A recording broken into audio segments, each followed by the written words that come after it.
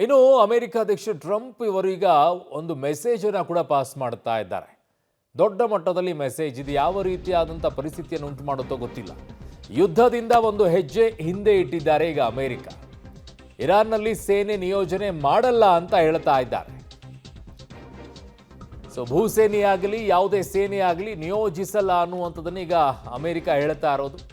ಸೇನೆ ನಿಯೋಜನೆಯ ಬಗ್ಗೆ ಡೊನಾಲ್ಡ್ ಟ್ರಂಪ್ ಉಲ್ಲೇಖವನ್ನ ಮಾಡಿ ಹೇಳ್ತಾ ಇದ್ದಾರೆ. ಒಂದು ಕ್ಲಾರಿಫಿಕೇಶನ್ ಕೊಡ್ತಾರೆ. ಹಾರ್ಮುಜ್ ಜಲಸಂಧಿ ಎಲ್ಲರ ಹಿತಕ್ಕಾಗಿ ಬೇಕು.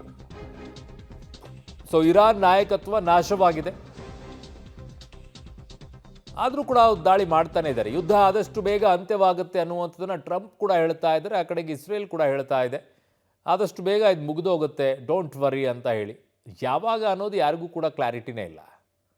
ಸದ್ಯಕ್ಕೆ ಮುಗಿಯತ್ತೆ ಅಂತ ಹೇಳ್ತಾ ಇದ್ದಾರೆ. ಒಂದು ಹೆಜ್ಜೆ ಹಿಂದೆ ಇಟ್ಟಿದ್ದಾರೆ.